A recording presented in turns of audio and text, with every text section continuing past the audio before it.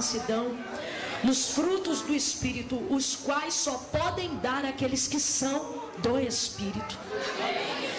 Havia muito preconceito na igreja primitiva, ou melhor, antes da fundação da igreja primitiva, do ideal de Jesus, e pegavam os doutores, os que tinham anéis de ouro em seus dedos, e colocavam no banco da frente, e os mais simples deixavam que se acomodassem atrás, e davam importância a cada um devido às suas posses.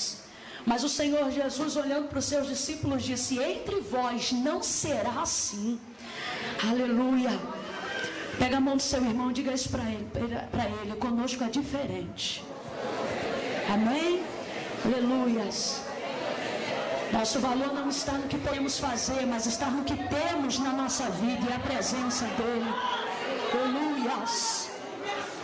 Pastor Júnior, Deus abençoe, uma honra, folga em vê-lo. Deus abençoe também sua esposa. Amém? Glória a Deus. Irmã Eliane, seu esposo, que casal abençoado. É um prazer saber que Eliane vai estar num lugar da afago para minha alma. É céu aberto, para a honra e glória do nome do Senhor. Gênesis capítulo de número 2. Deus abençoe sua vida também, Mateus. Glória a Deus. Você é casado, Mateus? Que bênção. Amém, aleluia. Cadê ela? Tá me devendo uma escova, tá? Deus abençoe esse casal abençoado. Gênesis capítulo 2, a partir do versículo 18. Quem encontrou, diga amém. Amém. Disse mais o Senhor Deus: não é bom que o homem esteja só. Far-lhe-ei uma auxiliadora que lhe seja idônea. Havendo, pois, o Senhor Deus formado da terra todos os animais do campo e todas as aves do céu, trouxe-os ao homem para ver como estes lhe chamaria. E o nome que o homem desse a todos os seres viventes, esse seria o nome deles. Deu nome o homem a todos os animais domésticos, às aves do céu e a todos os animais selváticos. Para o homem, todavia, não se achava uma auxiliadora que lhe fosse idônea. Então o Senhor Deus fez cair pesado sono sobre o homem, e este adormeceu. E tomou uma das suas costelas e fechou o lugar com carne. E a costela que o Senhor Deus tomara ao homem, transformou-a numa mulher e lhe trouxe. E disse o homem: esta, afinal, é osso dos meus ossos e carne da minha carne. Chamar-se-á varoa, porquanto do varão foi tomada. Diga amém por essa palavra. Amém. Se assente glorificando a Deus, querido. Mantenha a sua Bíblia aberta na leitura que acabamos de fazer.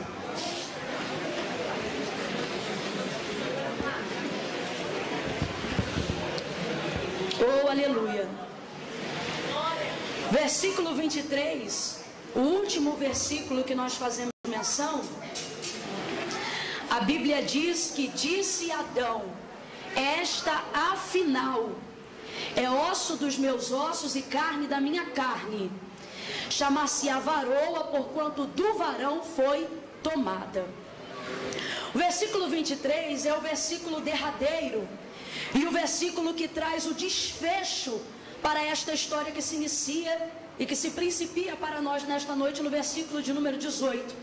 Perceba que há um contraste entre esses dois versículos. O primeiro versículo que nós lemos, o verso 18, a Bíblia vai narrar e o próprio Deus vai constatar que Adão está vivendo uma situação que não é boa.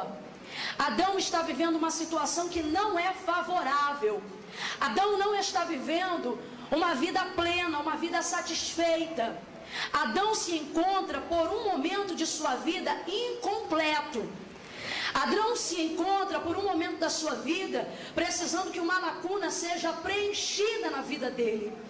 E esta palavra eu não trago tão somente aos homens, nem também tão somente às mulheres, mas esta palavra é uma palavra para a igreja viva de Jesus na face da terra nesse dia de hoje.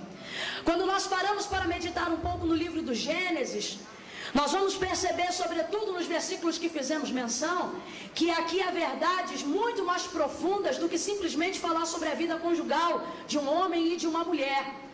Porque Adão é o princípio da história humana, e o que nele se revela no início da história da humanidade, nada mais é do que um reflexo para toda a humanidade, que vai muito mais além do que o casamento. Nesse caso aqui, o que faltava a preencher Adão era Eva. O que faltava a completar Adão era uma mulher. O que faltava a completar Adão era o preenchimento de uma necessidade sentimental, afetiva, e por isso conjugal. Mas a vida de Adão, como o primeiro homem sobre a face da terra, vai revelar para nós nos dias de hoje, independente de casados ou solteiros, que todos nós, quando principiamos a plenitude, o início da nossa caminhada com Deus, nós começamos a nossa vida faltando algo. Ainda não estamos na plenitude de tudo aquilo que nós queremos viver. E o versículo de número 18 retrata isso.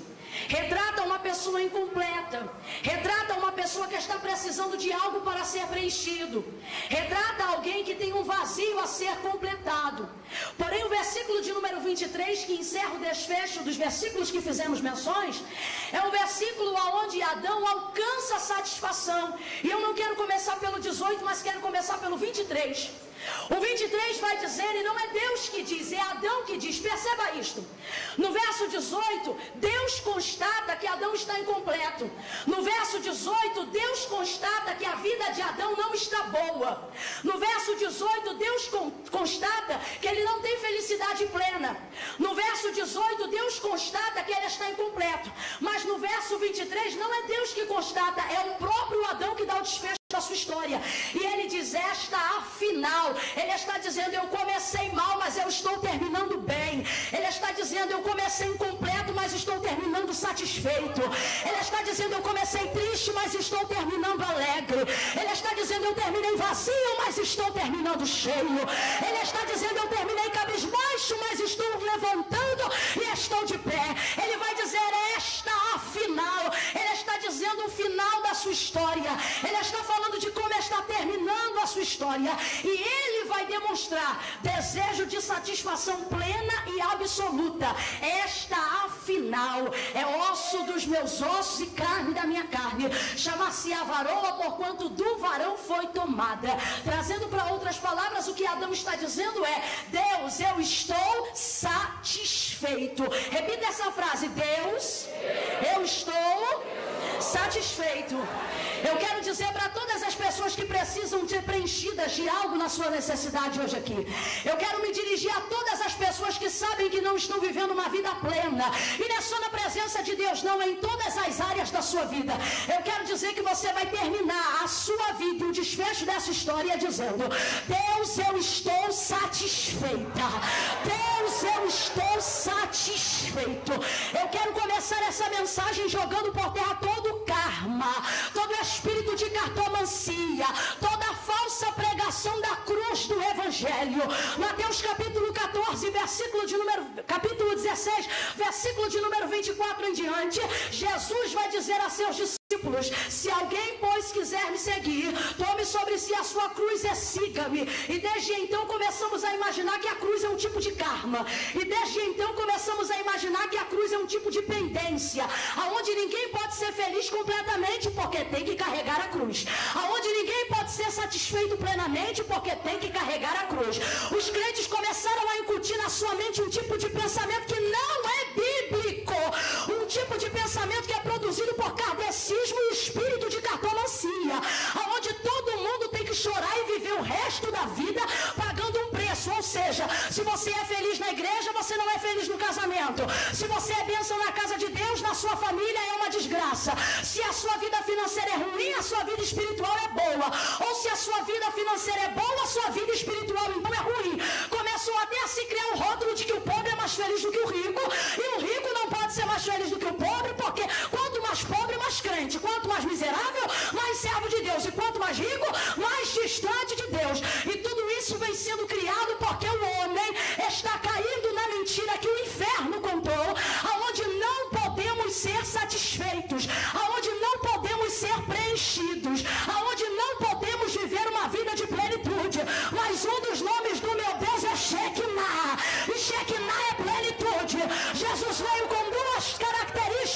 sobre a face dessa terra. Ele diz: eu vim para quê? Para desfazer as obras do diabo. E depois eu vim para que vocês tenham vida, e tenham em abundância, e tenham em plenitude, e tenham em satisfação. Pega na mão desse crente e começa a profetizar. Diga: você vai ficar satisfeito. Você abre a boca, meu filho, e profetiza. Você vai ficar satisfeito.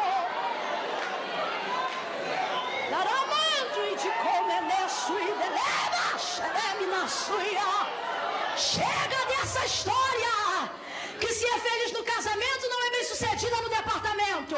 Se é bem sucedida no departamento não pode ser feliz no casamento. Se é próspero espiritualmente não pode ser próspero materialmente. Mentira do diabo. E hoje nós vamos rasgar a cédula do pecado, porque Cristo veio para dar vida e vida em abundância. Você vai ser feliz na sua vida financeira. Você pode ser feliz na sua vida conjugal. Você pode ser feliz na sua vida sentimental. Você pode ser feliz na sua vida eclesiástica. Pode ser feliz na vida familiar. Você pode ser bom pai, bom empresário e bom marido. Você pode ser bom pastor, bom pai, bom filho e bom sobrinho. Você pode ser boa mãe, boa filha. Você pode ser boa sobrinha, boa tia. Você pode ser boa serva de Deus.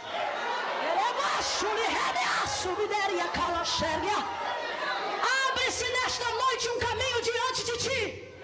E este caminho é um caminho de plenitude. Caminha nele.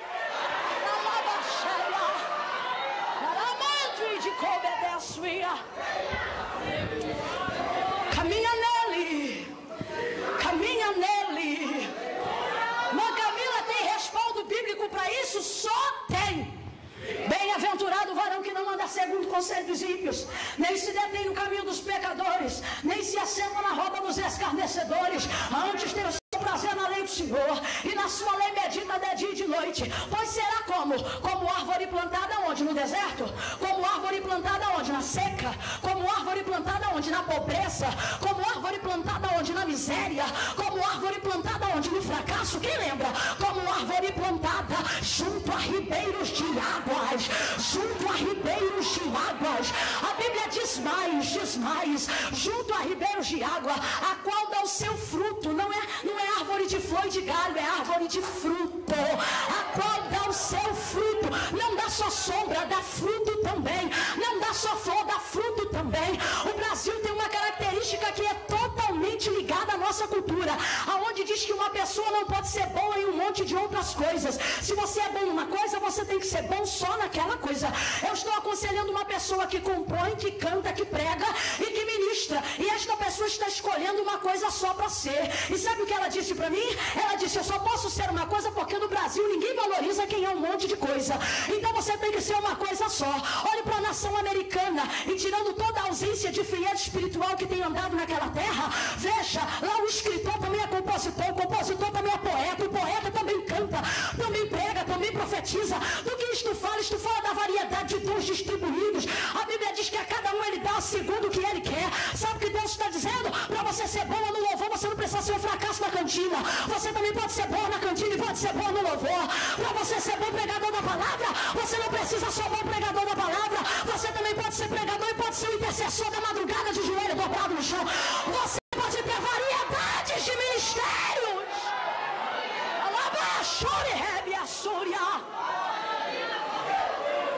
Árvore plantada junto a ribeiros de águas, o qual dá o seu fruto na estação própria, e cujas folhas não caem. Me apresente uma árvore nesta terra que as folhas não caem. Me apresente uma árvore nesta terra que não murcha. Me apresente uma árvore nesta terra que não sofre o processo das estações. Me mostre onde está essa árvore. Se você olhar para o seu lado, você vai dizer: essa árvore está aqui. A única folha que não seca é a do justo. A única folha que não cai é a do justo. O caminho que prospera é o do justo. O caminho que frutifica é do justo.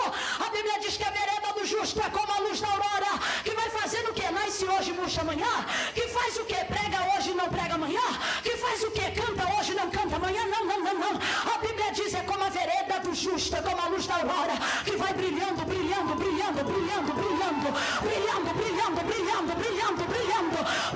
cada dia mais, até ser dia perfeito. feito. Satisfação, plenitude. Chega dessa história de que você só pode ser bom em uma coisa. Chega dessa história que você só pode ser feliz em uma área da sua vida.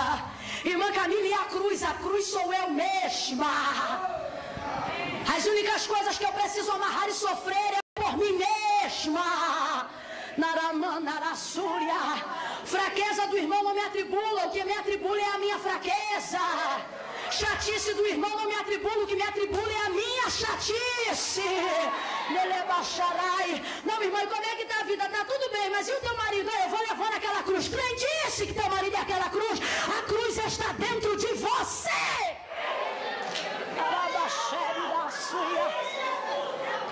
Adão está apresentando desejo e satisfação plena. Ele está atingindo a plenitude de uma vida. Meu Deus do céu, eu ainda sinto um bloqueio para fazer a penetração dessa palavra, porque tem crente que se acostumou a pregar que a gente só tem que pagar preço. E quem me conhece já me ouviu pregar algumas vezes por essa cidade, sabe que eu também gosto de palavra de pagar preço. Mas o Senhor tem falado para nós acerca deste tempo, que é a última hora da igreja na face da terra, e agora ou você colhe ou não colhe mais, ou você semeia ou não semeia mais, ou você se satisfaz ou não se satisfaz mais. Plenitude. Adão está dizendo: agora eu estou pleno. Mas como foi que começou essa história? Esta história começa com Adão incompleto. E se eu puder dar um tema para esta mensagem nesta noite, o tema é o plano de Deus. Na vida de Adão nós temos o perfil de qual é o plano de Deus para a humanidade. Qual é o plano de Deus para a humanidade? Que o homem seja satisfeito. E como é que a Bíblia nos comprova isso? A Bíblia diz que o Senhor Deus, Ele criou todas as coisas e chamou à existência tudo aquilo que não existia. Quem fez o céu? Quem fez o céu? Estrelas, terra, semente, erva, animais, água, sol, lua. Deus fez todas as coisas que existem e todas aquelas que há diante de nós. E todas essas coisas Deus fez, e a Bíblia diz que havendo Deus criado todas elas, no sétimo dia Ele descansou. E agora, tendo Ele descansado a obra das suas mãos, que em nada tem a ver com dormir, com descanso ou com estado de inércia, mas simplesmente significa que Deus parou para admirar o trabalho da obra das suas mãos. Tendo Ele admirado o trabalho da obra das suas mãos, a Bíblia diz que agora o Senhor vai formar o homem do pó da terra. Da onde, igreja? Da onde, igreja? Vai formar o homem do pó da terra.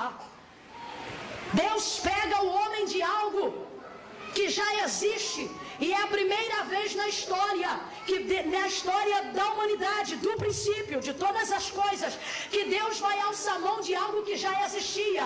Porque quando Deus criou todo o universo, quando Deus criou todo mundo, Ele chamou à existência aquilo que não existia. Mas quando Ele fez o homem, Ele tomou o homem de uma matéria-prima já existente. Por que é que Deus fez isso? Porque no plano de Deus da vida do homem, o homem precisa aprender a ter história, o homem precisa aprender a ter origem, o homem precisa aprender a ter memória. Quem não tem memória não tem futuro. Bem já disse o pastor Gesiel Gomes, nós precisamos ter memória. Deus não te criou do nada, Deus te criou de algo que já existia. Para quê? Para você não esquecer de onde veio. Todo plano que Deus tem na nossa vida traz consigo uma história da qual eu não posso esquecer da onde eu vim.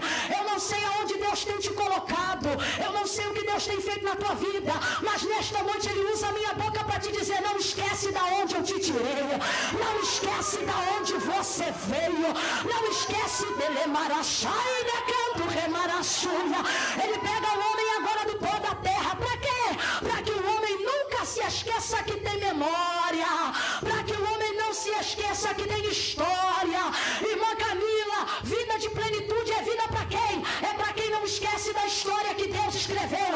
Vida de satisfação é para quem? É vida para quem sabe da onde Deus tirou. Quem não sabe da onde Deus tirou pode andar para qualquer lugar e voltar de onde veio. Sabe por quê? Porque não tem história e não sabe da onde Deus tirou. Agora, quando tem alguém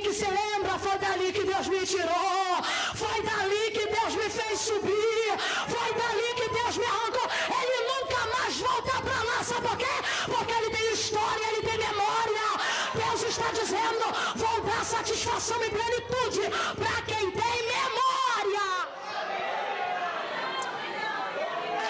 O barro de algo tão pequeno e tão desprezível não podia ter sido do pedaço de uma estrela, não podia ter sido do fragmento de um diamante. O salmista vai salmodiar e ele vai dizer que o homem é o pináculo da criação de Deus. De uma forma messiânica ele vai anunciar: pouco menor do que os anjos o fizeste, mas de glória o vestiste e o coroaste. Ele está falando messianicamente do nosso Senhor, mas está apontando para como o Senhor, tão cheio de glória, se reveste de algo tão corruptível como a nossa matéria humana. Ele pega o que é desprezível, e esta é a forma de Deus trabalhar. Deus pega o que não é para confundir quem acha que é. Mas Camila, o que eu estou fazendo aqui? Por que Deus não chamou o irmão mais inteligente da minha família e chamou eu, que não consegui nem terminar o ensino fundamental? Irmã Camila, por que a minha família é a mais pobre da minha casa, mas ainda assim é a mais próspera? Meu filho estuda, aonde o filho do meu vizinho não estuda. E você fica se perguntando, é Deus dizendo, porque eu pego quem não é, eu pego quem não é, eu pego quem não é. Pega no barro. E agora o homem vai se tornar alma vivente. Segunda característica do plano de Deus para a vida do homem, dá a ele uma alma. Por quê?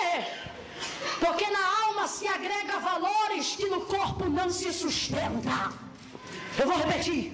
Na alma se agrega valores que no corpo não se sustenta. Versículo de número 26 do capítulo 16, quando o Senhor Jesus fala acerca do seu reino, pregando aos seus discípulos, ele vai dizer: pois que aproveita o homem ganhar o mundo inteiro se em troca disso perder a sua alma? Deus vai dar ao homem o que ele tem de mais valioso, e a sua alma. Por quê? Porque dentro da biologia humana, quando aprendemos acerca do ser humano, aprendemos que ele nasce, cresce, reproduz e morre. Porque o homem trata o homem como um ser vivo, mas Deus trata o homem como um ser eterno. Quando nós estamos no primário da escola, a gente já começa a aprender. A tia faz uma florzinha e pergunta que o que é isto? É mineral? É vegetal? E aí alguém diz, é um ser vivo. E por que é um ser vivo? Por causa das 3 regrinhas. Quais? Nasce, cresce, se reproduz e morre. Mas quando Deus forma a biologia do homem, Ele coloca dentro do homem algo que não se comporta na biologia divina. E qual é a biologia divina? Não é nasce, cresce, reproduz e morre. Não termina por aí. A do homem tem 4 processos e a de Deus 5 processos. Quando Deus cria o homem, Deus não chama o homem de ser vivo. Todo ser vivente é naturalmente chamado de ser vivo. Mas quando Deus cria o homem, a Bíblia diz, e sobrando em suas narinas o fôlego de vida, foi feito o homem alma vivente. O homem foi feito alma vivente. E como se funciona nessa biologia agora? O homem nasce, cresce, reproduz e morre. Humano, divino. O homem nasce, cresce, se reproduz, morre e ressurge para viver eternamente. Quer seja no céu ou quer seja no inferno. Na etapa humana são 4 processos, na etapa divina são 5 processos. Por quê? Porque Deus não nos criou para a morte, mas ainda assim o homem tendo pecado e sendo destituído da glória de Deus, ele continua a ser um ser eterno. Por quê? Porque ele possui algo chamado alma. Quando Deus cria o homem e chama o homem de alma vivente, Deus está dando ao homem um privilégio que nenhuma outra característica da humanidade jamais terá, da criação, jamais terá. Qual? Ter alma. Deus não olha para você pelo que você veste, Deus te contempla e te conhece pela sua alma. Deus não está nem aí se você usa chinelo do calçadão ou se você usa sapato da grife. Deus está preocupado com a sua alma. Quando Deus cria o homem, Ele está estabelecendo um princípio de prioridade. Qual é este princípio? Eu posso até cuidar do teu corpo, eu posso até te vestir, eu posso até te calçar, mas a minha prioridade é com a sua alma. Quando Paulo escreve a Timóteo, ele vai dizer: eu desejo que todo o teu corpo tenha saúde, bem como vai a tua alma. Ele está dizendo, se a tua alma tiver saúde, todo o teu corpo terá saúde. Quando o Senhor, ele cria o homem e coloca no homem alma, ele está dizendo, eu posso cuidar de tudo que está à sua volta, mas saiba que a minha prioridade contigo sempre será a sua alma. Jesus estando na terra, ele vai dizer: se vós sendo maus sabeis dar coisas boas aos vossos filhos, que fará o vosso Pai que está no céu? Ele vai dizer o quê? Não cuideis de andar ansiosos por coisa alguma, com aquilo que comeremos, com aquilo que beberemos, porque o vosso Pai que está no céu sabe de tudo que vocês precisam. Olhai para as aves do céu, não semeiam, não fiam, e têm seus abrigos e seus ninhos. Olhai para os lírios do campo, não trabalham, também não fiam, e nem Salomão em toda a sua glória se vestiu como um deles. Quando Jesus diz assim: não seriam porventura vocês muito mais importantes do que as aves do céu e do que os lírios do campo? Jesus está dizendo: não seria a alma de vocês muito mais preciosa para mim do que a erva que hoje nasce e amanhã morre? Ele está dizendo: gaste menos tempo pedindo para Deus fazer coisas do lado de fora, gaste mais tempo pedindo para Deus fazer coisas do lado de dentro, porque o que é do lado de fora ele já sabe, mas do lado de dentro só você pode pedir. Pega na mão desse crente e diz para ele: menos do lado de fora. Você não falou não, pega a mão dele e diga: menos do lado de fora e mais do lado de dentro. Dá uma chacoalhadinha nele para ele se ligar nessa noite e fala para ele: menos do lado de fora e mais do lado de dentro. É menos. Por que homens e mulheres que se dizem de Deus estão perecendo? Porque estão investindo mais do lado de fora e menos do lado de dentro. Nele para sai de canto réria. Alguém diz: irmã, não tem mais pregador como se tinha antigamente. Na verdade tem gente com revelação até mais profunda do que se tinha antigamente. Só não se vê mais gente com a mesma essência do que se via antigamente. Por quê? Tem gravata, tem terno, só está faltando cuidado com a alma. Tem cabelo, tem gel, só está faltando cuidado com a alma. Tem Bíblia de estudo, tem dom da palavra, só está faltando cuidado com a alma. E Jesus está dizendo: cuida de dentro que eu cuido lá de fora. Cuida de dentro que eu cuido lá de fora.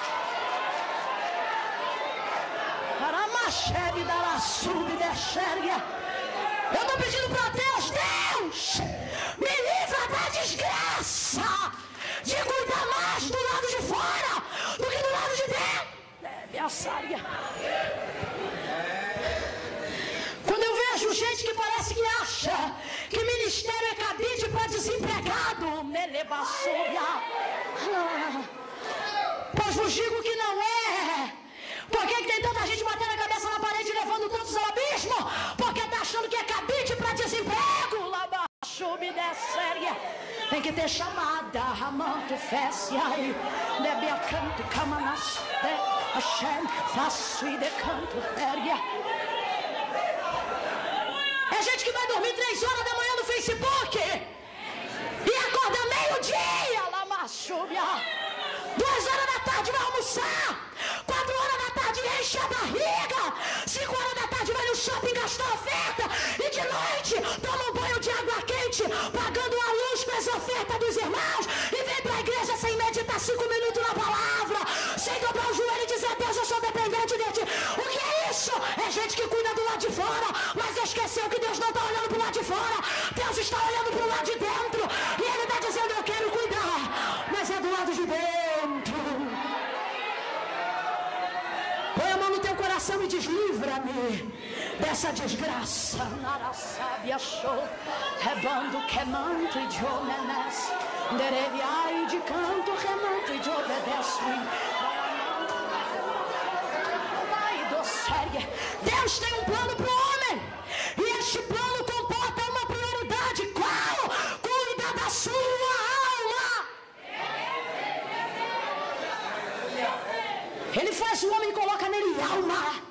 E tudo que o homem faz para Deus, ou melhor, e tudo que Deus faz para o homem, é em edificação à sua alma. Por que tem gente que perdeu a essência da oração? Porque dobra joelho e só apresenta para Deus fatura de cartão de crédito.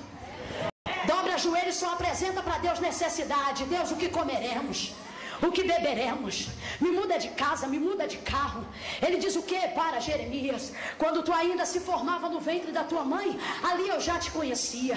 Tem gente que não quer ter filho porque está preocupado se vai ter condições de sustentar o filho. Davi disse, fui velho, ou melhor, fui moço, agora sou velho e nunca vi um justo desamparado nem a sua descendência. Tem gente que está travando a sua vida por causa de coisas materiais. Deus não te chamou para andar por vista, Deus te chamou para andar por fé. E o que é andar por fé, irmã Camila? Andar por fé é acreditar no invisível, crer no impossível. Andar por fé é colocar o pé no degrau da escada e colocar o outro pé antes de ver o degrau que se aproxima. Deus está dizendo, eu preciso e eu quero trabalhar, mas você tem que entender que em prol da edificação da sua alma. Tem gente em depressão, igreja. Nunca se houve um tempo de tanto crente oprimido. Por quê? Porque está achando que Deus é na minha vida? Porque eu estou aqui no púlpito pregando, arrumada, e está achando que Deus não é no ministério dele? Porque talvez ele não tenha o relógio que eu tenho, o sapato que eu tenho. É só um exemplo fútil para a gente entender. O que é isso? É gente que esqueceu que o que está dentro do vaso é mais valioso do que vai do lado de fora. Como assim, irmã Camila? As pessoas estão achando que os valores que eu tenho na minha vida estão agregados àquilo que eu possuo.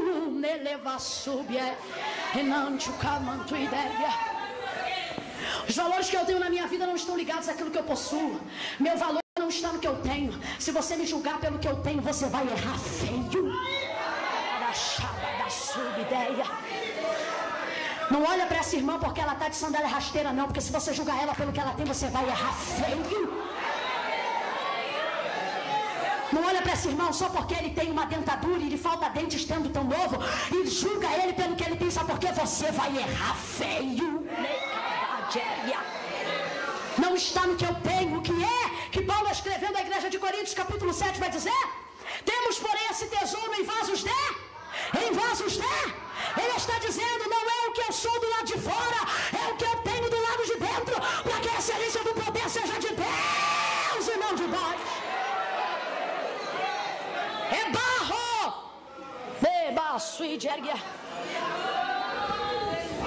Mas a Bíblia diz, você está falando aí de memória, mas a Bíblia diz que Deus lançou todos os meus pecados no lado do esquecimento. Isso mesmo, só Deus lança, porque ninguém mais tem o poder de lançar. E o que você está querendo dizer? Estou querendo dizer que Deus pode esquecer, abre aspas, mas você não pode esquecer. Decamanto, regia, na súbia. Gaste menos tempo orando, pedindo e mais tempo agradecendo. Mas já que é para pedir, peça por coisas espirituais. Porque acerca das materiais, antes de você fazer alguma coisa por ti mesmo, Deus já fazia. Você fica preocupado com o que seu filho vai vestir. Você tinha menos do que seu filho, chegou aonde seus pais não chegaram. Aonde você acha que Deus vai levar seus filhos? É matéria-prima tirada do barro. Está tirando ele de algo já existente. Para quê? Para que ele nunca esqueça que o valor dele não está do lado de fora, mas está no que Deus colocou do lado de dentro. Alma! Quando o oleiro começa a cuidar do barro, e quando o Senhor fala da casa de Israel como indivíduo, ele vai falar a Jeremias que ele estava na olaria, e conforme o oleiro amassava o barro e pisava com o pedal na roda, ele começava a formar o barro e começava a fazer dele um vaso. E a Bíblia diz que quando Jeremias chega, ele fala que o vaso se quebrou na mão do oleiro, e como o vaso que ele fazia se quebrou na mão do oleiro, tornou a fazer dele outro vaso conforme bem pareceu aos seus olhos. Ei, não é tornou a fazer dele o mesmo vaso, é tornou a fazer dele o que? Outro vaso. Eu sei que poeticamente a maioria de nós, pregadores, cantores, profetas, servos, nós temos vontade de dizer que Deus vai quebrar e vai fazer de novo, na filosofia de que Deus vai utilizar o caco que ele quebrou. Mas Deus não faz isso, porque quando o Senhor ele quebra o vaso na visão que ele dá a Jeremias, ele está justamente quebrando o vaso, jogando fora, vai ouvindo isso, para poder dizer que a qualidade daquele barro é ruim, e por isso que se quebrou, porque a qualidade do barro era ruim. O que Jeremias está falando para a casa de Israel é que Israel está se quebrando na mão do oleiro, mas não é porque quebra e faz de novo daquele vaso. Está dizendo para eles, para de quebrar, porque está quebrando não é porque o oleiro é bom, é porque o vaso é ruim. carregam do lado de fora. Vocês são ruins. E quando a gente vê Deus quebrando o homem, a gente diz, não se preocupa não, Deus vai te refazer de novo, vai te fazer, não vai refazer. Como assim, irmã Camila? Ele não vai fazer daquilo que ele já quebrou, o que ele quebrou é para jogar fora.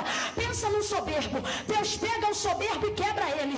Já pensou se Deus restaurar ele dos cacos da soberba que quebrou? Como é que ele vai se restaurar de novo? Será novamente soberbo. E quantas vezes ele for restaurado do caco quebrado, quantas vezes ele tornará a ser o que Deus queria que ele não fosse?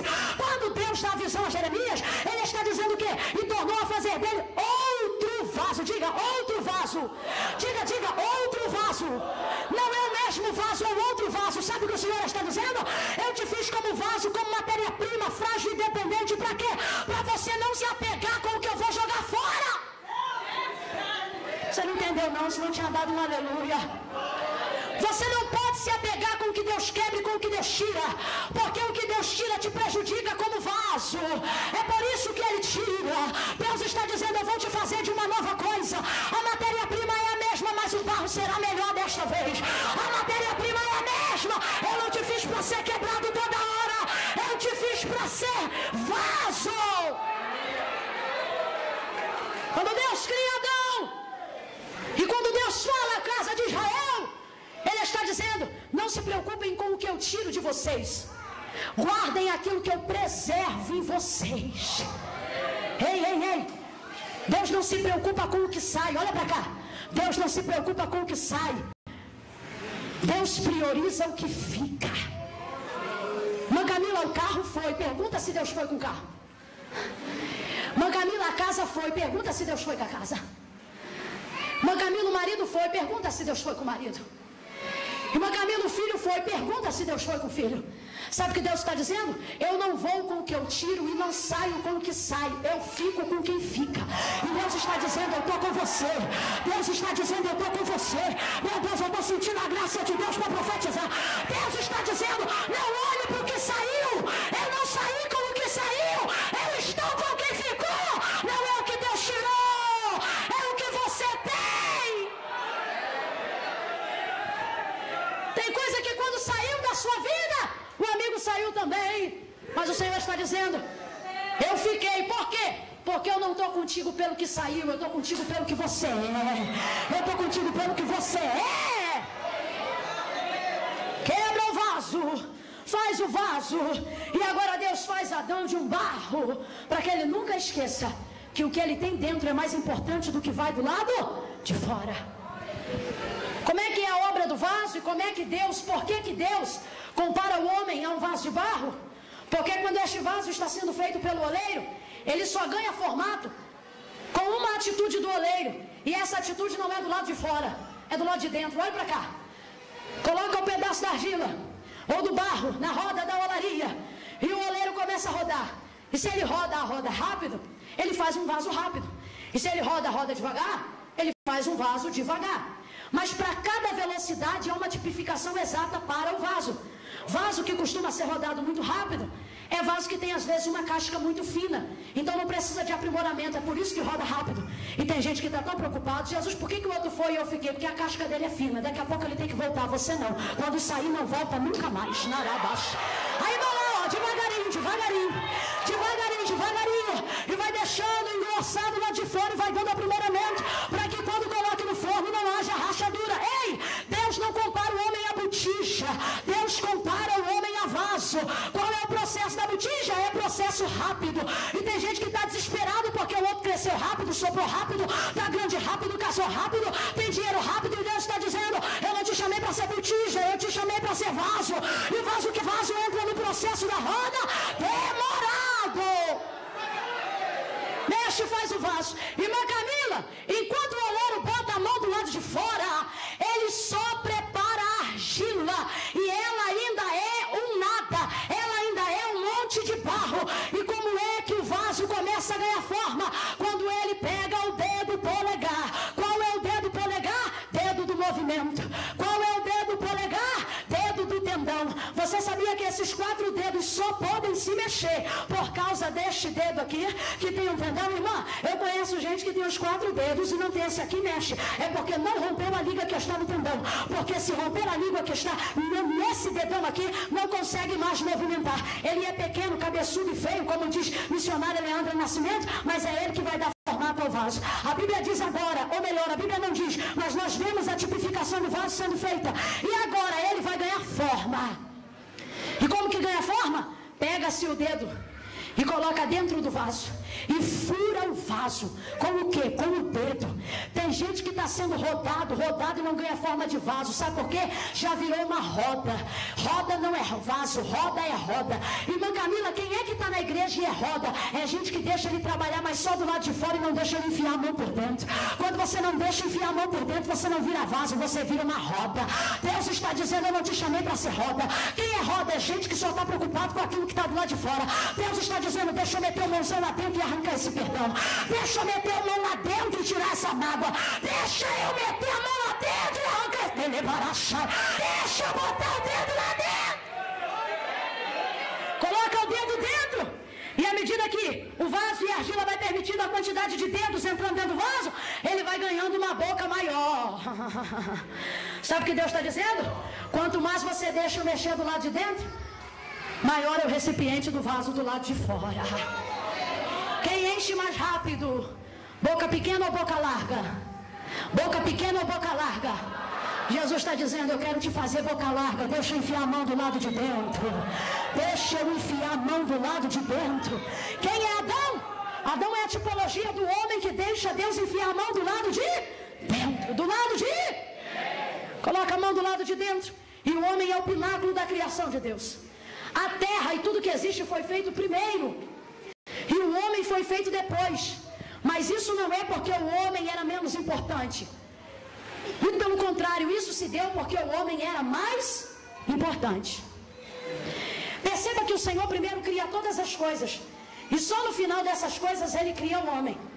Escute a terceira característica do plano de Deus para a vida do homem. Deus faz exatamente como um pai faz aos seus filhos. Quando você sabe que vai ter um filho ou vai ter um neném, você espera ele nascer para ver que nome vai dar? Ou você já planeja um nome antes? Você deixa para comprar fralda no dia do nascimento ou você já começa a comprar coisas antes? Você sai na primeira farmácia para comprar coisas depois que o neném nasceu ou você se programa antes?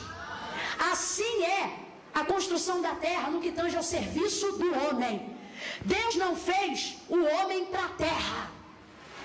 Deus fez a terra para o homem. E há uma grande diferença entre essas coisas que aparentemente são parecidas.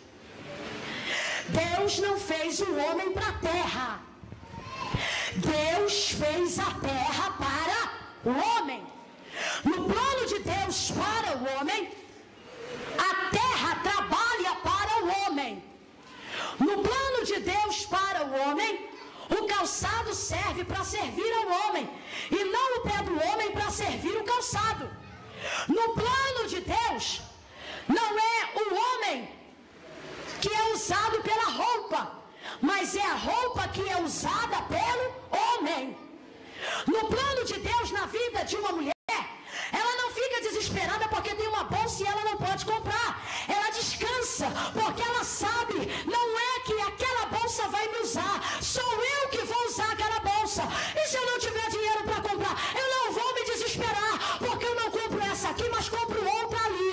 Tem gente ficando desesperado, achando que esta terra está aqui para usar você.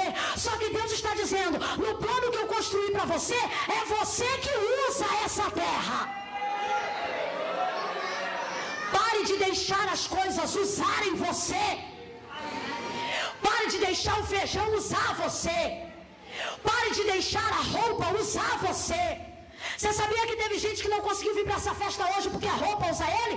E se ele não tiver a roupa que ele quer para usar ele não consegue sair de casa. Vai pro culto? Não vou. Por quê? Porque eu não tenho uma roupa. Quem é essa pessoa? É ela que usa a roupa ou a roupa que usa ela? É a roupa que determina se ela vai para o lugar ou não. É a roupa que determina se ela pode ir no casamento ou não. É a roupa que determina se ela toma santa ceia ou não. É a roupa que determina... Deus está dizendo: no meu plano, não é a terra que te usa, é você que usa a terra. Quando Deus cria Adão, ele diz: Adão, a terra é tua, sujeita sobre ela. Não é sobre não, é sobre. Sujeita acima dela. Você não pode ficar triste pelo que você não pode ter. Você precisa ter satisfação no que você tem. Por quê? Porque o que você tem é você que está usando. Triste coisa seria se você tivesse coisas que elas estivessem usando você. Mãe Camila, eu não tenho muita coisa não, mas o que você tem é você que usa. Amém ou não amém? Mãe Camila, eu não tenho muito dinheiro não, mas o pouco que eu tenho, quem usa sou eu. Você está entendendo ou não? Está entendendo? O que Deus está dizendo não é se você tem pouco ou se você tem muito. A pergunta é você que usa eles ou são eles que usam você? Tem gente que tem muito, mas não pode ir para lugar nenhum. Tem gente que tem muito, mas está chorando pelo muito que tem. Eu tenho um amigo meu, quando eu digo para ele: fulano, me empresta tanto aí. Aí ele diz assim: muita gente não tem não, mas pouco a gente tem bastante. E ele vai e me empresta. Sabe o que eu vejo? Sabe quem é dinheiro? Dinheiro nessa terra é mamão. Você sabia que dinheiro é um tipo de potestade? Dinheiro é algo maligno. A Bíblia diz que a raiz de todos os males está no amor ao dinheiro. Ele é terrível e ele não presta. E por que dinheiro na mão de crente é tanta bênção? Por que dinheiro na mão de crente vira festa? Dinheiro na mão de crente vira congresso. Dinheiro na mão de crente vira uniforme. Dinheiro na mão de crente não traz raiz de amargura. Dinheiro na mão de crente não traz briga. Dinheiro na mão de crente não traz contenda. Por quê? Porque é uma potestade e ela está sujeita à minha autoridade. E por que tem gente que tem tanto e tem tanta perturbação? Porque é potestade, mas é o dinheiro que usa ele. Deus está dizendo: não esqueça, eu fiz a terra para você usar ela. Não deixe a terra usar você. Pega na mão desse irmão e prega para ele nessa noite. Diga: não deixe a terra usar você. Fala para ele aí. Fale para 2, fale para 3. Não deixe a terra usar você. Deus cria Adão e diz: Adão, o nome que você der, esse é o nome que vai ter. Deus está dando a Adão o quê? A autoridade. No plano de Deus para a vida do homem, o homem tem que ter autoridade. Homem sem autoridade está fora do plano de Deus. Mulher que não tem autoridade está fora do plano de Deus. Irmã, meu filho de 12 anos dá na minha cara: a culpa não é dele, a culpa é tua. Você deve estar fora do plano de Deus. Bata com o pé direito no chão e diz: eu sou da terra. Não tenha medo não, eu vou explicar. Bata o pé no chão e diga: eu sou da terra. O problema é que tem gente confundindo as coisas. O salmista vai salmodiar no salmo de número 8 e ele vai dizer: os céus são do Senhor, mas a terra ele deu aos filhos dos homens. A terra é do homem. Jaz no maligno, mas é do homem. Na época de Abraão, jazia no maligno. Ele já era o decaído. Mas o Senhor disse: Abraão, olha, e aonde a tua vista te der alcance, ali será a tua possessão. O Senhor está dizendo que Adão, a terra é, Abraão, a terra é sua. Adão, eu criei, fala da liberalidade de Deus. Quem você conhece que cria uma casa, que arruma uma casa e dá a chave na mão do outro? Só Deus faz isso. Quem você conhece que gera um filho e entrega na mão do outro para o outro dar nome? Só Deus faz isso. Deus criou tudo e no final deu para Adão honra. Olhe para cá e bate o que eu vou te dizer. Não há honra que Deus dê que não seja acompanhada de responsabilidade. E para gerir as coisas de Deus tem que ter autoridade. Gente que tem responsabilidade sem autoridade logo perde a honra. Gente que tem responsabilidade sem exercer sobre ela autoridade logo perde a honra. Deus diz: Adão, o nome que você quiser dar a esses bichos, esse nome eles terão. Eu não vejo Adão dobrando o joelho. É só um exemplo para a gente entender. E perguntando: Deus, posso chamar o tucano de tucano? Me dá um sinal se é para eu chamar o tucano de tucano. Obviamente não foi Adão que falou tucano. Eu estou usando o exemplo para a gente discernir o que Deus está falando conosco nessa noite. Você não vê Adão dizendo: Senhor, se o macaco der 3 pulinhos na minha frente e colocar a mão no meu ombro direito, aí é para eu chamar o tigre de tigre. Não, Adão está entendendo que a terra é minha, então a decisão é minha também. Tem gente que está com a vida travada e está botando a culpa em Deus. Está desempregado e está botando a culpa em Deus. Está com um casamento falido e está botando a culpa em Deus. Por quê? Porque a sua incompetência não te fez ter posição e autoridade para tomar decisões acerca da sua vida. Aí vem para o culto e quer colocar tudo no altar de Deus. O altar de Deus não é lixão. Altar de Deus é para prioridade, coisa importante. O que eu coloco no altar de Deus? Aquilo que a minha incompetência não me permite resolver. E o que é que não vai para o altar de Deus? Aquilo que já está na minha mão para eu fazer. Não, se Deus quiser que eu trabalhe, o irmão de blusa roxa, com calça amarela, de cinto verde, vai vir na minha direção, dar 3 pulinhos e tocar no meu ombro direito. E se ele falar, assim diz o Senhor, é porque é para eu trabalhar. A decisão se você trabalha ou não é sua. Olha para os teus filhos, olha como é que eles estão andando. Olha para a tua mulher, vê se ela está vestida direito, vai perguntar para Deus. Olha para a tua mulher, pergunta para a tua mulher se é para tu trabalhar.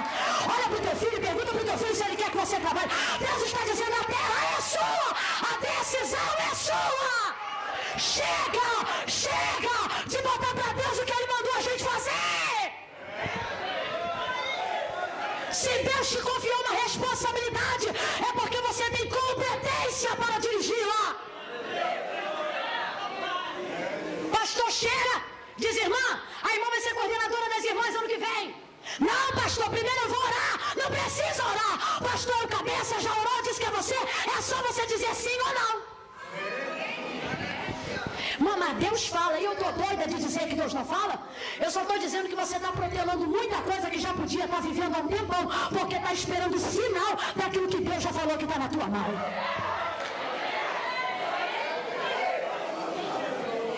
Autoridade, você é da terra. Você é da terra. Filho de 12 anos não se conserta com consagração. Filho de 12 anos se pega ele pelo braço, senta ele no sofá e diz, quem manda sou eu. Filho de 12 anos não traz pro ciclo de oração. Filho de 12 anos eu pego uma varinha, unjo ela no monte, sobo nas pernas dele e digo para ele, quem manda aqui sou eu. Mas você está falando isso? Mas eu tenho filho de 12 anos, de 18, de 20, de 25, pode ter até 30, enquanto estiver na tua terra, enquanto tu pagar a conta dele, enquanto tu vestir ele entra por aquelas portas a hora que você quer. Meu Deus, meu Deus, fala para esse crente, acorda, você é da terra. Só quer andar com a mente no céu. Irmão, mas a Bíblia diz, pensai nas coisas que é do alto. Diz pensais, não diz agis. Por quê? Porque a gente pode pensar no que é do alto, mas não pode agir na terra pensando no que é do alto. Por quê? Porque nós somos da terra. Irmão, nós somos peregrinos em pátria estranha. Nosso lugar não é aqui, não é aqui. Estamos fazendo o que aqui? Se você está aqui por um tempo, você precisa exercer responsabilidade por um tempo. Bata esse pezinho com firmeza para abrir o olho e acordar. E diga, eu sou da terra. Olha para cá, teu marido é da terra, teu filho é da terra. Não, irmã, não, porque eu só quero consagração. Eu consagro de dia, consagro de noite, eu faço jejum, eu oro, eu dobro o joelho, eu boto minha cara do pão e o marido está lá, ó, sozinho. E Deus está dizendo, abre o olho, teu marido é da terra. Abre o olho porque teu marido é da terra. Não, irmão, meu marido é homem de Deus, meu marido é homem de Deus. Eu posso passar 7 dias na igreja que ele não liga. Aí depois o marido vai embora e diz, pastor, a pombagira levou meu marido. Não foi a pombagira não, você esqueceu que era da terra. Você esqueceu que era da terra. Irmão, eu não preciso fazer nada. O que é de Deus vem na minha mão. Eu não preciso fazer nada. Deus tem uma promessa na minha vida. Aí deita no sofá. TV Globinho, emenda não vale a pena ver de novo. Termina no viver a vida e está esperando o telefone tocar. Só vai tocar para trazer luta, porque você esqueceu que tem promessa, mas você é da terra. Isaac, eu vou te fazer prosperar em 100 por 1, mas para isso você tem que aprender a cavar poço. Cava poço, cava poço, cava, cava poço, cava, cava poço, cava, cava, cava. Deus está dizendo, eu tenho coisas divinas a fazer na sua vida, mas eu preciso da sua cooperação na terra. Só quer viver com o anjo, só quer conversar com o anjo, só quer morar com o anjo, com as irmãs não conversa, da festa não participa, da comunidade de fé não quer entrar. Não, Deus conhece meu coração. Nunca boto uma roupa para festa. Todo ano cria, inventa uma história. Inventa. Não, é que eu não tenho branca. Aí a irmã diz, não, mas eu te dou uma. Não, mas é que eu não gosto de nada dela, então eu compro. E quando chega no dia, infeliz não aparece.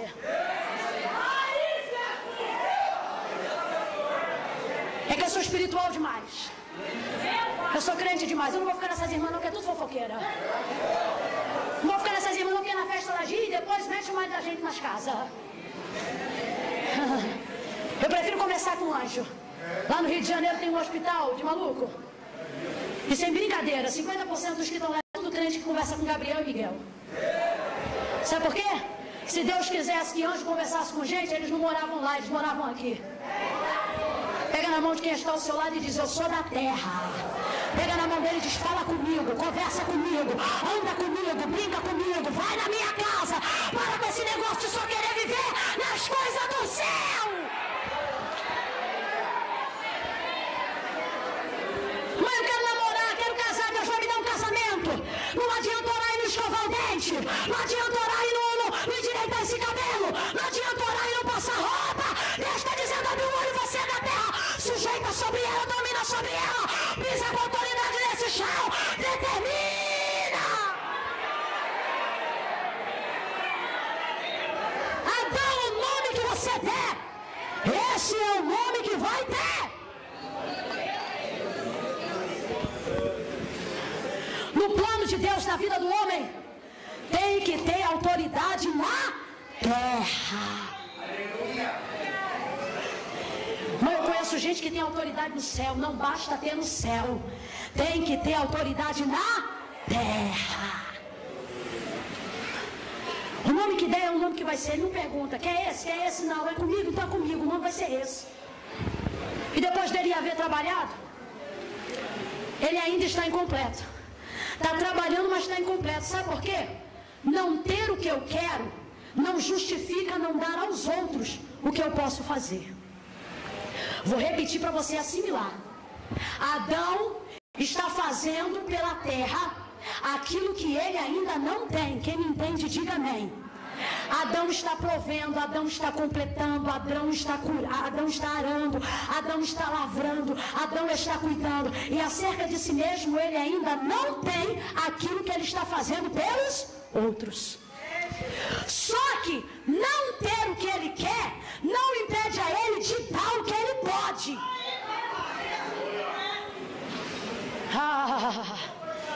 E ele continua trabalhando. Eu não tenho o que eu quero, mas através da minha vida a terra pode ter. E ele continua dando. Eu não tenho o que eu quero, mas através da minha atitude a terra pode ter. E ele continua trabalhando. Eu não tenho o que eu desejo, mas posso dar o que os outros querem. Sabe o que o Senhor está dizendo? Não deixe de proporcionar aos outros o que você pode, só porque você não tem o que você deseja. Meu Deus.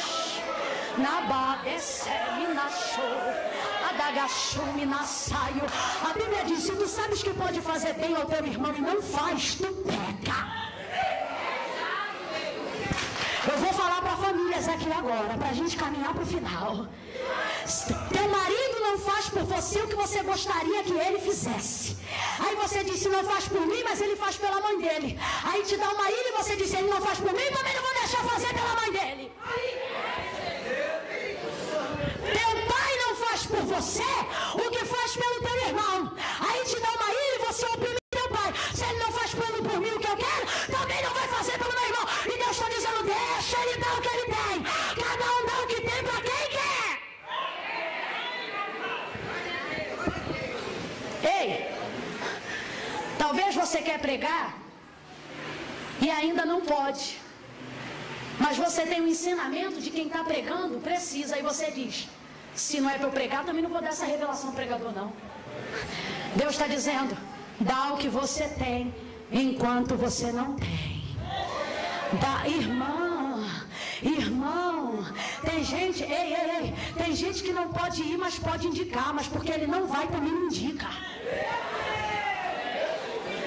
Tem gente que não pode entrar porque não está autorizado, mas conhece quem está lá dentro e pode botar quem quer entrar, mas não bota, porque ele disse: eu não vou, ninguém vai também. Só que Deus está dizendo através dessa filosofia de Adão, Deus está dizendo que no plano dele, o que é que comporta? Sacrifício de benevolência. Como assim, irmã Camila?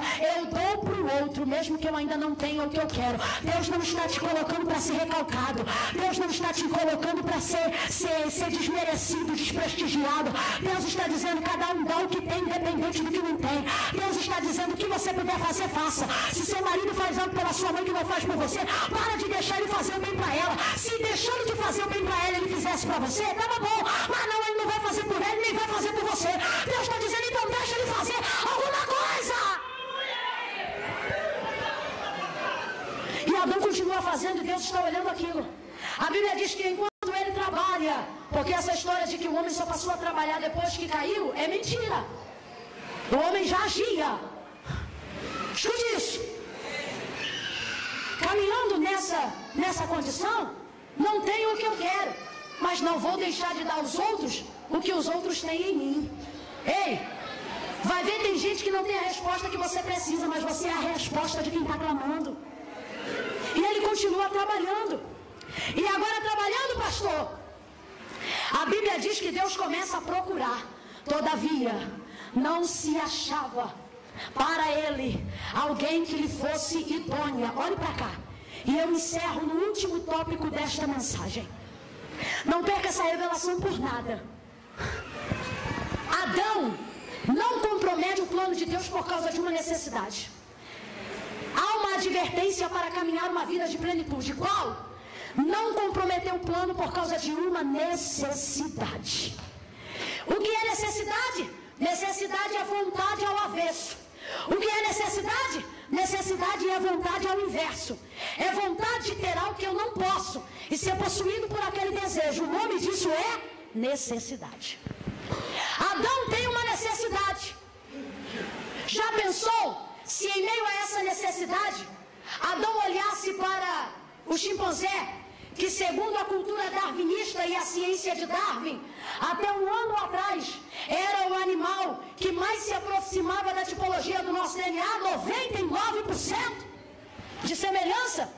Já pensou se ele vai nessa onda e ele olha para o chimpanzé e ele pensa: tem cabeça, eu também tenho. Membros superiores eu também tenho. Não se escandalize não, ouça isso. Membros inferiores eu também tenho. Tem capacidade de raciocínio, eu também tenho. Capacidade de imitação, eu também tenho. Capacidade de sociedade, eu também tenho. Já pensou se por não ter aquilo que ele precisa, ele se adequa ao que ele pode? Sabe o que Deus está dizendo? Não comprometa o plano por uma necessidade. Quando a Bíblia diz que todavia não se achava para Adão uma mulher que estivesse idônea, que fosse idônea, a Bíblia está dizendo: todavia não se achava para Adão alguém que fosse a sua altura. Diga: a sua altura. Sabe o que Deus está dizendo? Não se rebaixe a coisas que não estão na sua altura por causa de uma necessidade. Não se rebaixe a coisas que não são do seu nível por causa de uma necessidade. Sabe o que Deus está dizendo? Não desça do salto por causa de coisas que não estão à sua altura. Sabe o que Deus está dizendo? Não comprometa as suas palavras com coisas que não estão à sua altura. Irmã Camila, mas eu preciso. Vou te dar um exemplo agora do que é vontade. Vontade é uma coisinha que dá e passa. Você só precisa aprender a superar. Irmã Camila, eu não como jiló. Quem não come jiló de jeito nenhum, levanta a mão. Tem um bocado de gente aqui que não come jiló. Não come jiló. Sabe por que não come jiló? Porque tem chuchu. Não come jiló porque tem abobrinha. Não come jiló porque tem beterraba. Não come jiló porque tem batata. Não come jiló porque tem arroz. Não come jiló porque tem feijão. Não come jiló porque tem ovo. Não come jiló porque tem picanha. Não come jiló porque tem goiaba, porque tem melancia. Não come jiló porque tem uma infinidade de outras coisas que substituem o jiló. Agora coloca essas pessoas que levantaram a mão no deserto. 15 dias sem água e sem comida. As poucas que sobreviverem, 15 não, 7. 7 dias sem água e sem comida.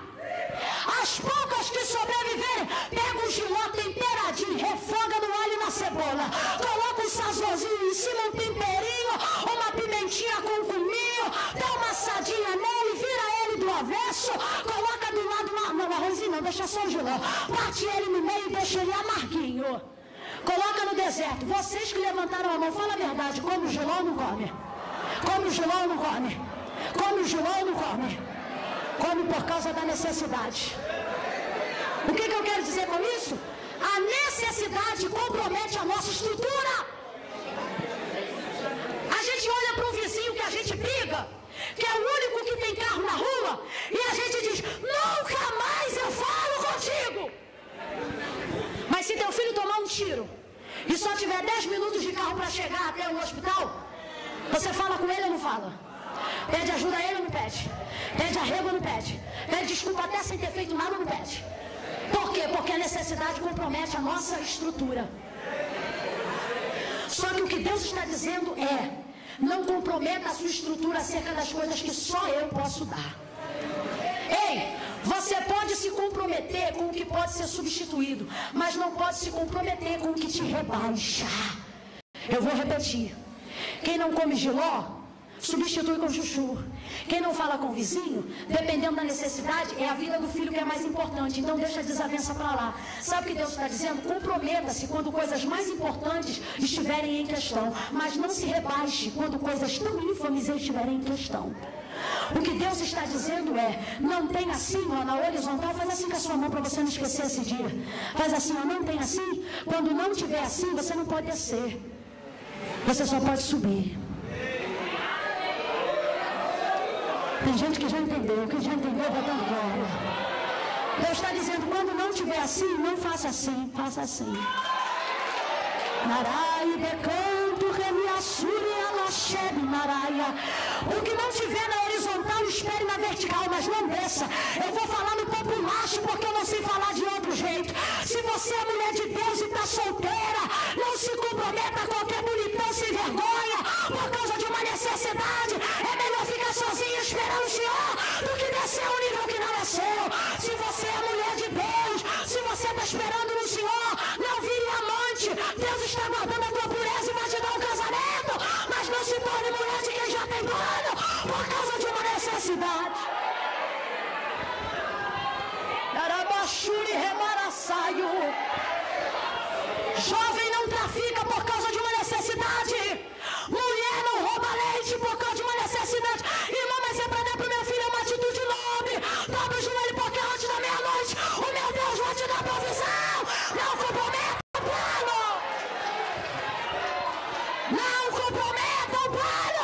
Levante a sua mão, estou sentindo autorização de Deus para profetizar. Vire a sua mão para o lado e brade isso. Não comprometa o plano. Não comprometa o plano. Abre a boca e diga isso. Não comprometa o plano.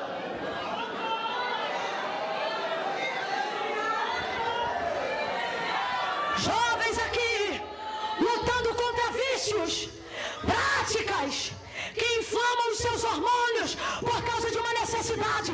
Deus está dizendo, quando isso acontecer, não ora não. Quando isso acontecer, abre o chuveiro na temperatura mais gelada e se enfia lá embaixo.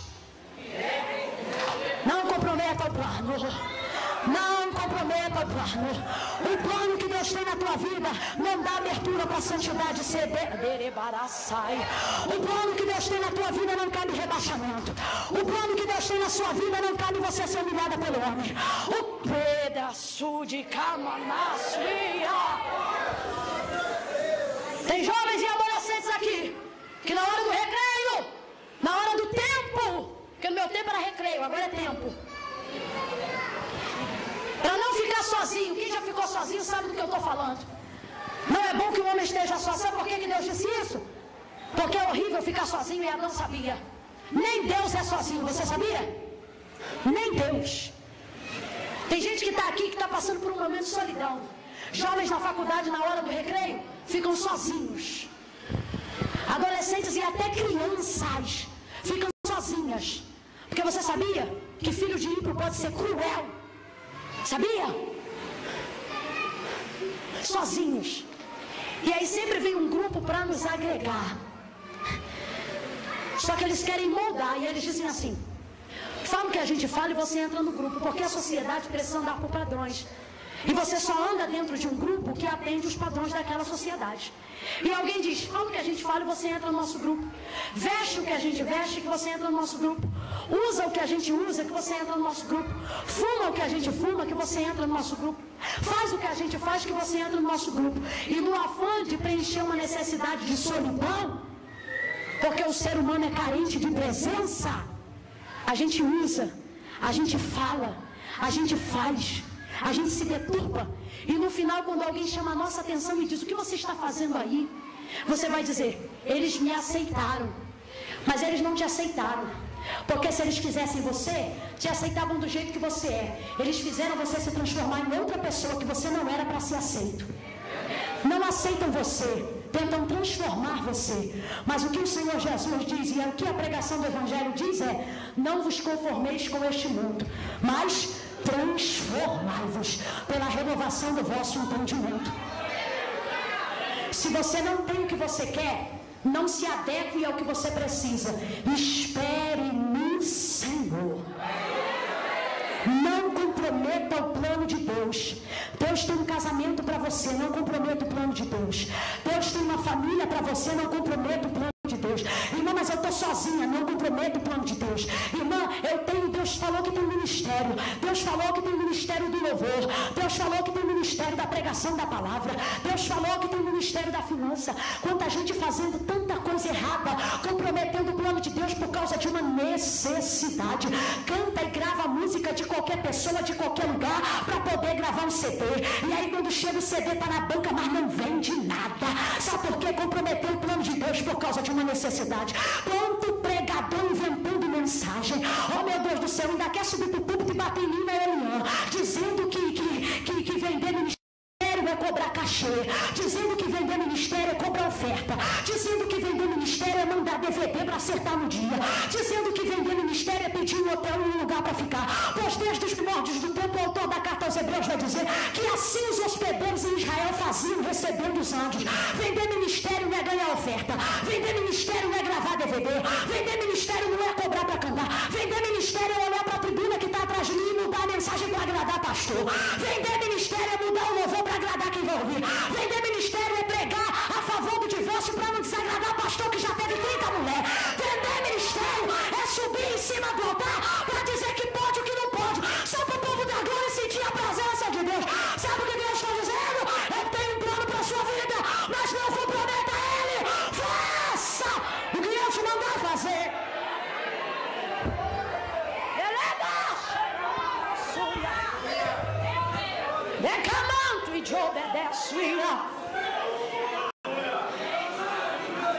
E o que ele pensava que não podia ter, estava tão longe, Deus fez por ele. A Bíblia diz que Eva foi tirada da costela. Da costela de quem, gente? Da costela de quem?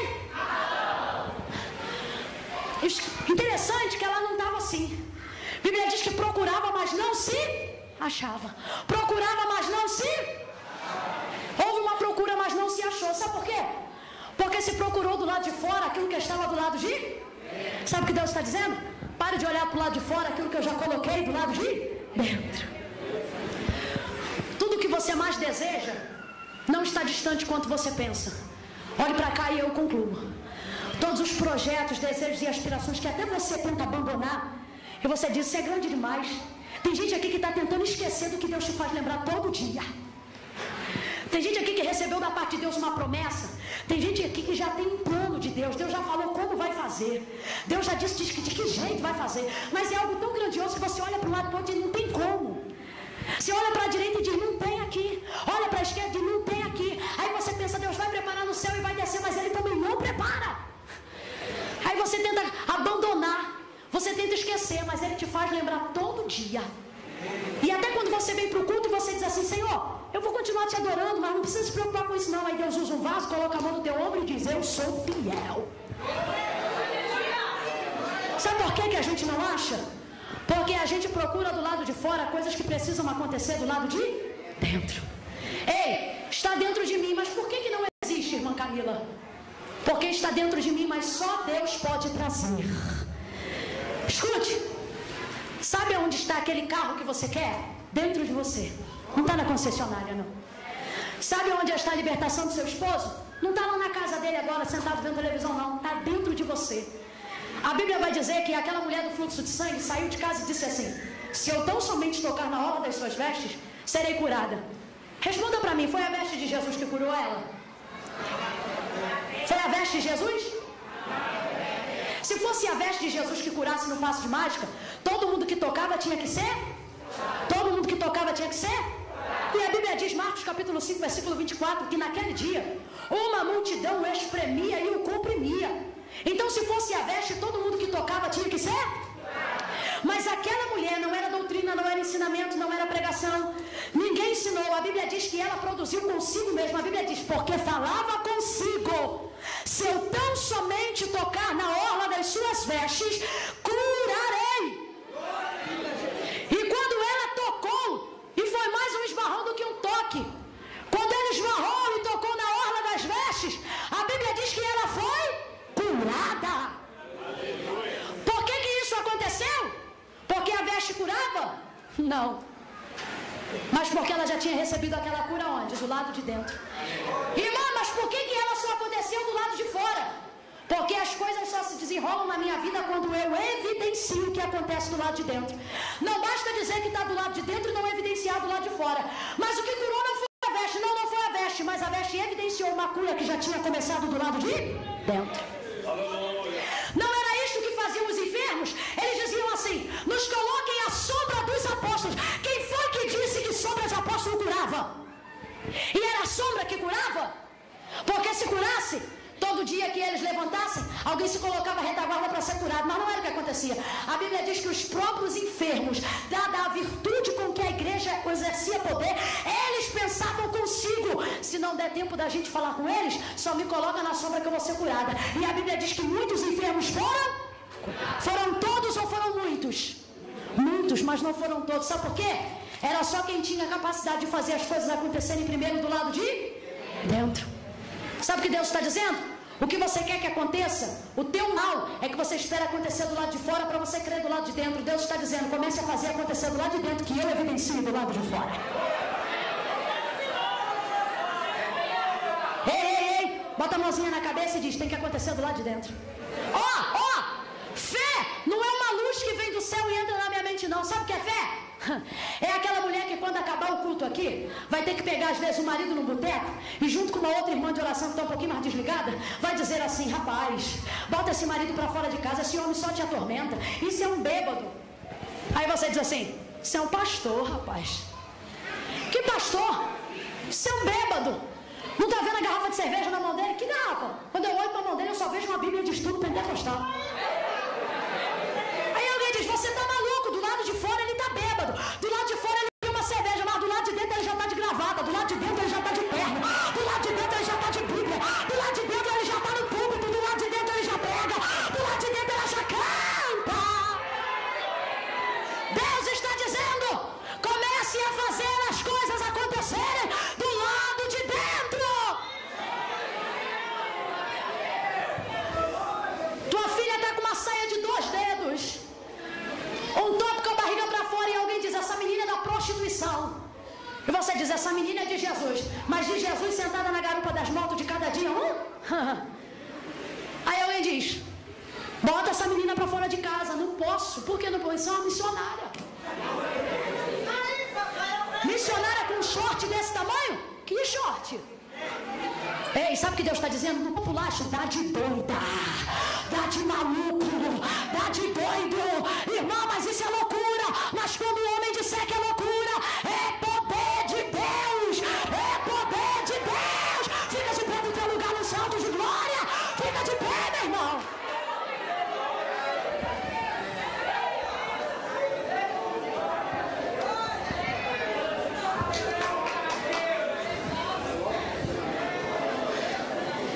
Teu filho, teu marido, você é um viciado, rapaz. Viciado? Ei, esses dias eu recebi um testemunho de uma mensagem que eu preguei que não foi essa, mas que falava algo parecido com isso agora no final. Acho que eu preguei essa mensagem na sede. Vai que acontece, de Jacó. Preguei, não foi? Pois uma irmã me procurou e contou um testemunho. Em dado momento da mensagem eu digo assim: compra uma gravata, vai que acontece. Compra um terno, vai que acontece.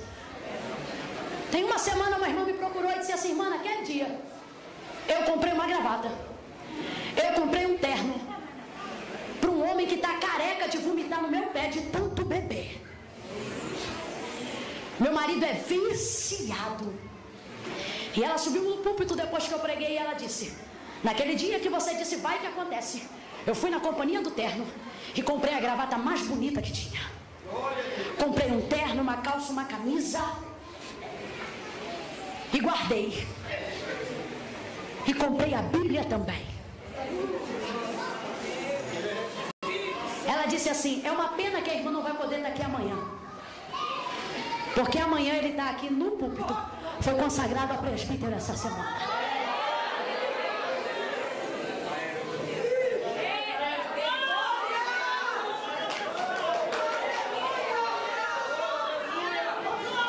Quando eu olhei para aquela mulher, me deu vontade de falar o que Jesus disse para a mulher do fluxo de sangue: filha, grande é a tua fé. O que Jesus disse para a cananeia: mulher, grande é a tua fé. Eu quero poder daqui a um ano, ou menos, depende da tua fé, poder voltar aqui e dizer para você: filha, grande foi a tua fé. Mas para quem que eu vou dizer isso? Para quem faz as coisas acontecerem do lado de